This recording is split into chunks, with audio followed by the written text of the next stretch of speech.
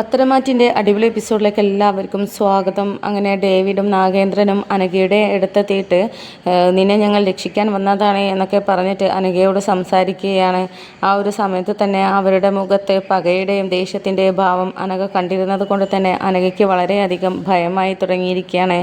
അങ്ങനെ അനഘയെ ശുശ്രൂഷിക്കുന്ന ആ ഒരു പെണ്ണ് നിങ്ങൾ ആരാ എന്നൊക്കെ ചോദിച്ചു വരുമ്പോൾ ഞങ്ങൾ ആരാ എന്നുള്ളത് നിന്നെ പറഞ്ഞ് മനസ്സിലാക്കേണ്ട കാര്യമൊന്നും ഞങ്ങൾക്കില്ല, തൽക്കാലം ഇവിടെ അടങ്ങി ഒതുങ്ങി നിന്നാൽ മതി എന്നൊക്കെ പറയുന്നുണ്ട്. അങ്ങനെ പിന്നെ അവർ മിണ്ടാതെ അവിടെ നിന്ന് പോയിട്ട് ആദർശിനെയും നയനയെയും കോൾ ചെയ്യുകയാണ്.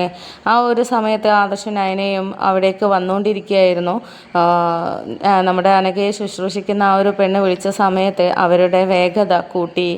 അങ്ങനെ വളരെ പെട്ടെന്ന് തന്നെ അവർ നാഗേന്ദ്രനും അതുപോലെ തന്നെ ഡേവിഡും അറിയാതെ ആദർശും നയനയും അങ്ങോട്ട് എത്തുകയാണ്.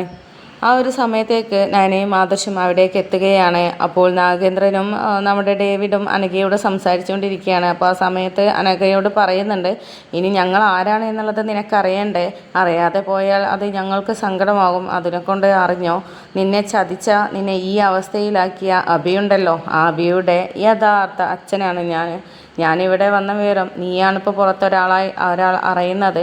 പിന്നെ നിനക്ക് മിണ്ടാനും ഒന്നും വയ്യാത്തത് കൊണ്ട് തന്നെ, പിന്നെ നീ ഇന്ന് രക്ഷപ്പെടുന്നത് കൊണ്ട് തന്നെ നീ ഇതൊന്നും ഇനി ആരോടും പറയാനും പോകത്തില്ലല്ലോ, അതുകൊണ്ടാണ് നിന്നോട് പറഞ്ഞത്. എൻ്റെ മകനെ ദുഃഖത്തിലാക്കിയിട്ട് നീ അങ്ങനെ രക്ഷപ്പെടാൻ നിന്നെ ഞാൻ അനുവദിക്കില്ല. ഒരുപാട് മാറ്റം വന്നു എന്നൊക്കെ അറിഞ്ഞു, പക്ഷേ നിൻ്റെ മാറ്റങ്ങൾ ഓരോന്നും എനിക്കും എൻ്റെ മകനും ദോഷമേ ചെയ്യുകയുള്ളൂ. ഇക്കാര്യത്തെക്കുറിച്ച് നവ്യ അറിഞ്ഞാൽ, നവ്യ സത്യം തിരിച്ചറിഞ്ഞിട്ടുണ്ട്, പക്ഷേ അവൾ ഇതുവരെ വിശ്വസിച്ചിട്ടില്ല. അവൾ വിശ്വസിക്കാതിരിക്കാനുള്ള പല വഴികളും ഞങ്ങൾ ശ്രമിച്ചുകൊണ്ടിരിക്കുകയാണ്. അതിനിടയിലാണ് നിൻ്റെ ഈ ഒരു മാറ്റത്തെക്കുറിച്ചുള്ളൊരു വാർത്ത ഞങ്ങൾ അറിഞ്ഞത്. അതുകൊണ്ട് തന്നെ നീ രക്ഷപ്പെടാൻ പാടില്ലടി എന്നൊക്കെ പറഞ്ഞിട്ട് നാഗേന്ദ്രനോട് അങ്ങ് രക്ഷപ്പെടുത്തട എന്നൊക്കെ പറയുകയാണ്. ആ ഒരു സമയത്ത് നാഗേന്ദ്രൻ പറഞ്ഞതനുസരിച്ച് ഡേവിഡ് അവിടെ തൊട്ടടുത്തുള്ള തലയണ എടുത്തിട്ട് അനഘയുടെ അടുത്ത് പോയിട്ട് മുഖത്തെ അമർത്തുകയാണ്. ആ ഒരു സമയത്താണ് നയനയും ആദർശും അങ്ങോട്ടേക്ക് കടന്നു വരുന്നത്.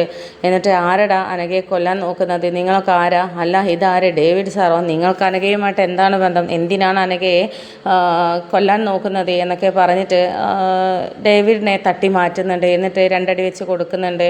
നിങ്ങൾക്കൊക്കെ ഒരാളെ കൊല്ലാൻ എങ്ങനെ ധൈര്യം വന്നോ, അതും ഈ പാവം പിടിച്ച പെൺകുട്ടിയെ എന്നൊക്കെ പറയുന്ന സമയത്ത് നമ്മുടെ ഡേവിഡ് പറയുന്നുണ്ട്, ഓ നിൻ്റെ ഒരു ഭാര്യ ഇരിക്കുമ്പോൾ നിനക്ക് രഹസ്യ ഭാര്യയും അതിലൊരു കുഞ്ഞുണ്ടല്ലോ, അതിനെക്കുറിച്ചൊക്കെ ഞാൻ അറിഞ്ഞു കഴിഞ്ഞു, ആ ഒരു പെണ്ണല്ലേ ഇവള് എന്നൊക്കെ. എന്നിട്ട് അബിയുടെ മേലേക്ക് നിങ്ങളെല്ലാവരും കൂടെ ചേർത്തിട്ട് ആ ഒരു കുറ്റം ഇടാൻ നോക്കുകയല്ലേ എന്നൊക്കെ പറയുന്നുണ്ട്. അപ്പോൾ ആ സമയത്ത് പറയുന്നുണ്ട്, ഓ അബിയോടുള്ള സ്നേഹം കൊണ്ട് വന്നതായിരിക്കുമല്ലേ എന്നൊക്കെ പറയുമ്പോൾ നാഗേന്ദ്രൻ അവിടെ നിൽക്കുന്നുണ്ടായിരുന്നു.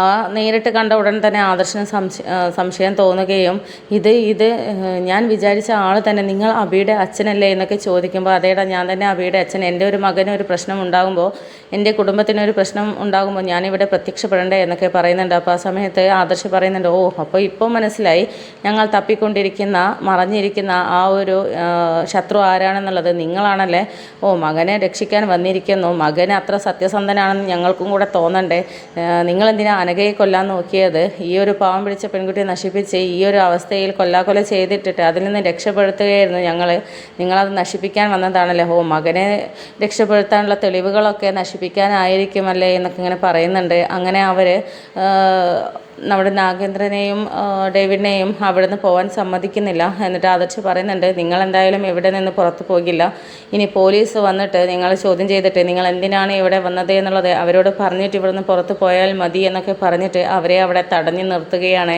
പക്ഷെ ഡേവിഡും നാഗേന്ദ്രനും ബലം പ്രയോഗിച്ചിട്ട് അവിടെ നിന്ന് രക്ഷപ്പെടാൻ നോക്കുന്നുണ്ടെങ്കിലും ആദർശും നയനയും അതിനെ അനുവദിക്കുന്നുണ്ടായിരുന്നില്ല.